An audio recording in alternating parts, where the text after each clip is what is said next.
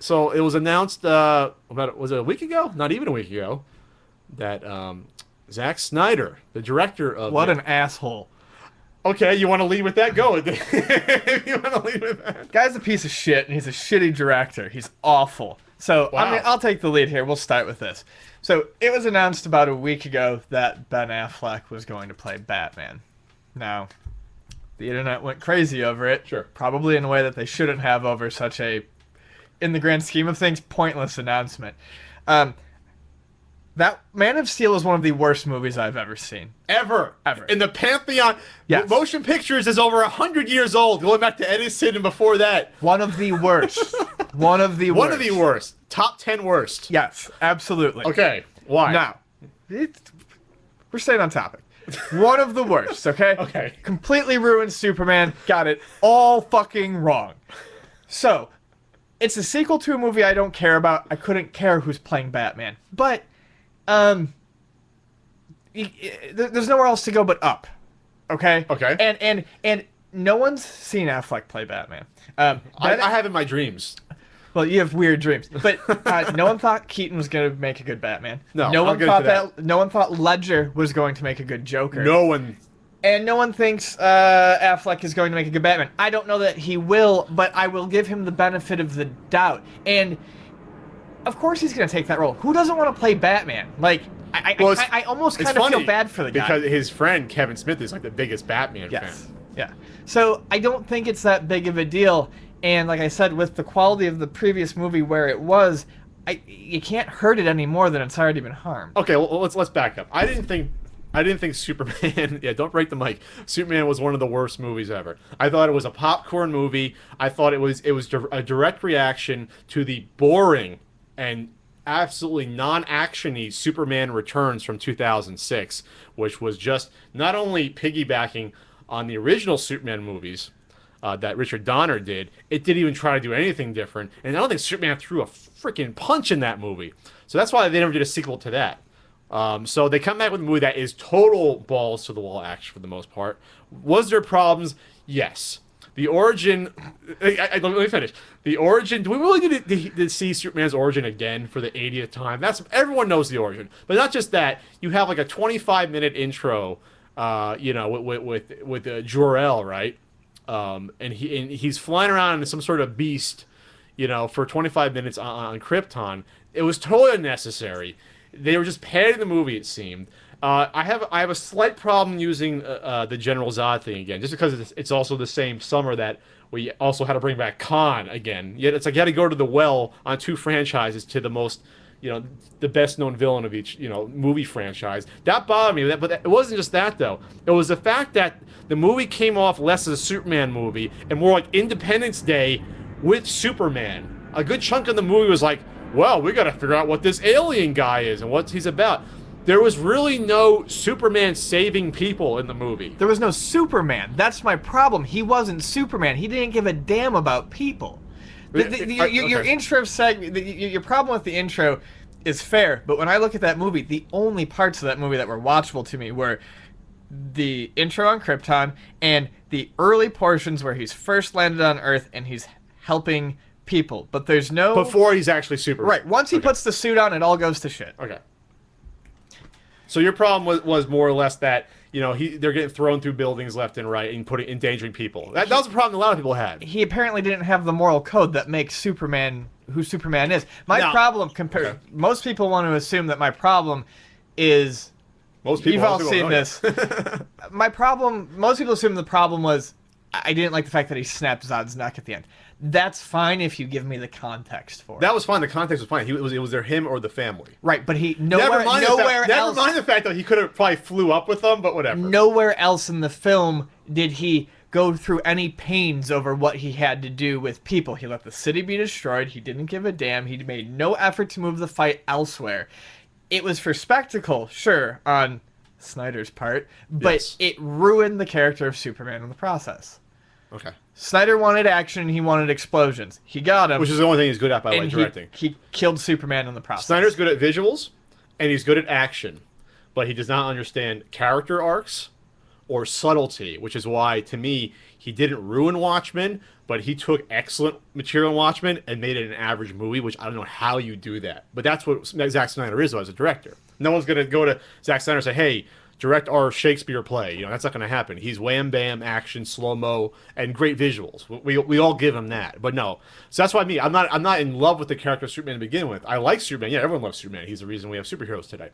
So I less a problem with than you, but like I said, I'm not saying it's a great movie. I would give it like a 6 out of 10. You're giving it like a 1. You know, I'm giving it like popcorn movie. It entertained me for that 2 hours. But I see what you're saying, though. I'll give it a 2 out of 10 for IHOP's fantastic performance. IHOP.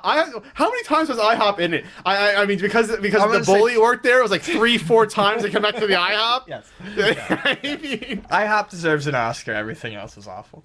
There's a lot of other product placement. I don't remember. I only saw it once. I only saw it once. Was there 7-Eleven in there? Yes, 7-Eleven was in there. Basically, you're like you come to Warner Bros. Yeah, we want Superman to throw Zod through our location too. Because when people think of IHOP, they want to think of good pancakes and massive destruction. That's what they want to think about. So to bring this back onto the original topic of Batman vs Superman. I hope he knocks it out of the park, mainly because I really hate when the internet gets entitled and has a riot over stupid, pointless shit like this. I think he could possibly do it, but I'm just not going to watch him do it. I tweeted out that the role of Batman, hate to say it, does not require deep acting. Thank you. It doesn't. It's a mean, brooding guy that's a psychopath. Right. Batman's a psychopath, and a vigilante. Basically, take Charles Bronson in Death Wish. That is Batman. Just put a cowl and cape on him. That's the same guy. You need someone who can do 2 very simple roles. The role of a playboy. Yes. That's not hard. But even acting as a playboy, because even that's just an act that Batman's doing. Right, yeah. But it's not hard. So yeah, you can come across as false in that role and be fine because it is false. And then you need to be able to put on a mask and a cape and punch shit. And I love Batman as much as the next person I do. I have plenty of Batman comics. He's not my favorite hero, but I'll always read him, and he's good, but he's not complicated. No, he's not. And I remember someone tweeted, I don't know anything about Batman. I read enough Batman. I read The Death in the Family. Jason Todd gets killed. I know enough about Batman. I've seen all the Batman movies. Going back to Michael Keaton, I think if the internet existed in '88, whenever they announced Michael Keaton was being acted, I think the internet would have exploded. Because if you look at someone like Affleck, who's actually acted dramatically, in the '80s, Michael Keaton was known for comedic roles. Beetlejuice was maybe after, but still. No, it was before Beetlejuice. Beetlejuice was before Mr. Mom. Oh, the movie where he was with the Dream Team, when it was him and a bunch of people from the psychiatric ward.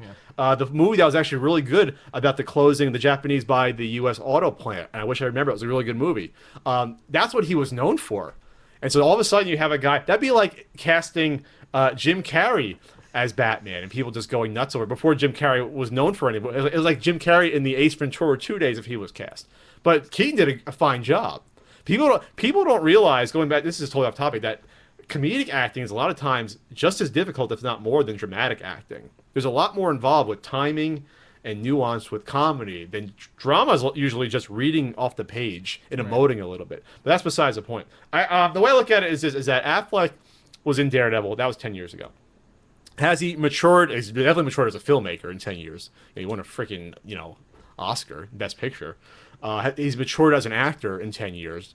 I think he realized that he's no longer just the leading man guy. I mean, that's what really done him. What did him in 10 years ago was I'm the leading man in everything. I'm in Geely. Right. I'm in Daredevil. And people just stopped buying it. They stopped buying it. He had his run from the late 90s till then. They stopped buying it by the early 2000s. He was in that one movie with that one movie that really bombed. It was that futuristic movie.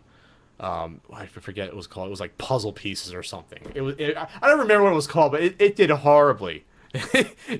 Someone chatting will know what I'm talking about. But so yeah, I think he'll do fine. I don't think he'll be bad. They'll bulk him up a little bit. I mean, that's the easiest thing. They get him a trainer. He'll put on 30 pounds, 20 pounds of muscle. I think he'll do fine. I have more problem with the movie existing. Yes. That's what I also tweeted. Because, I mean, it'd be like... This is the scenario, because the Nolan trilogy doesn't count anymore. That was a standalone trilogy. That's not connected to this DC cinematic universe they're trying to create like Marvel's. So what you have now, it's as if the first movie in the Marvel movie universe was Iron Man. Yeah. It would be like if you went from Iron Man to the next movie being Iron Man versus Captain America. Right. And skipping over doing an individual Thor movie, an Incredible Hulk, Captain America, and all that. It just reeks of just desperation. Yeah, they're going for the big money immediately when if they wanted to do it properly like Marvel did, Affleck as Batman would get his own film to build himself up as a believable Batman. Yes. With any luck, anyways, before they went into the Batman-Superman thing. So you already have baggage even before the movie's going to come out from all this people saying, oh, we're not going to like him. People are going to be thinking that coming into it, like you said. Or even have him as, what if you had him show up and say, they've been talking about doing a Flash movie for like 20 years. What if you had Batman show up like a little bit in the Flash movie, then a little bit and say, well, they screwed up the Green Lantern movie. That's not even, I don't think that's even going to be a part of this universe. That's already just a standalone movie that was average as hell with Ryan Reynolds, and that doesn't even count anymore. But no, they're just not even laying a groundwork. They're just going all in with it, which I think is just, I guess they don't trust the Superman franchise. I guess they don't trust it. It underperformed in the U.S. I think it did okay worldwide, but they're like, okay, screw it. We're not even going to try to build this out. I like Superman more in theory than I do in practice, although there are some great comic arcs. But I don't feel like I don't mean this to be as bombastic of a statement as me saying I hated Man of Steel, but I just don't feel like Superman was ever done well in movie form. You don't think the first one, he was done in the first movie? No, it's an enjoyable movie, but it's still it doesn't. I think it captures the essence. It's close. It's close. But I mean, why can't? It's close, but you look at it and it's fine.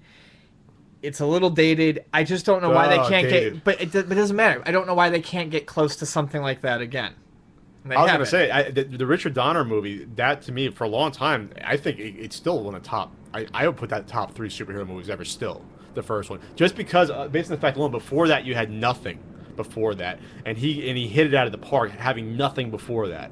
Never before in a movie was a guy flying that wasn't against, not even a green screen in the 30s, 40s, or 50s, was against something being shot out of a projector, with them just standing like that. Like, it was amazing, I thought, for the time. Sure. Christopher Reeve was as perfect as you could get. But I guess that's my problem. If that's the first one is our benchmark. I mean, and how many Superman movies have there been since, and we've never even gotten close to that again.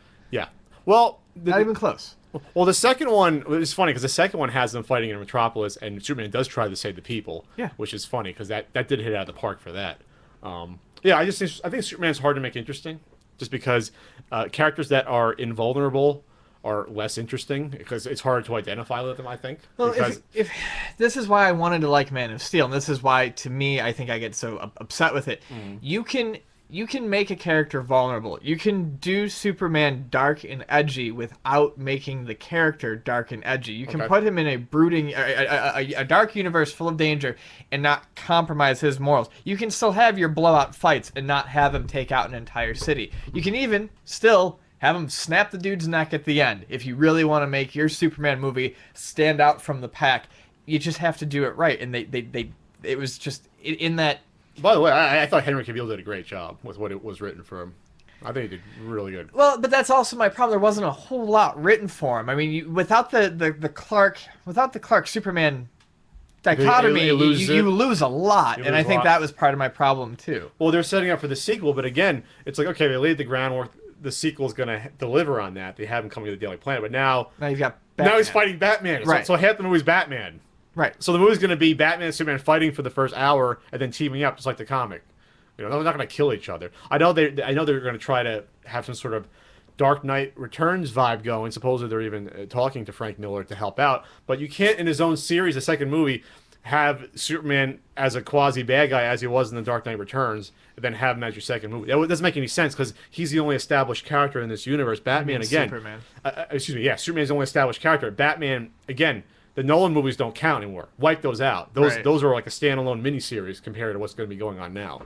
So I don't know. I think they got to be really careful because if they want to, they've already been anything but careful. But I mean, they're already walking this line that if they piss off one fan base or the other, they forget about their huge Avengers type, biggest movie of all time, Justice League movie. That's never going to happen. I think it's going to happen anyway because they already screwed it up. Yeah. And which is funny because they own all the characters.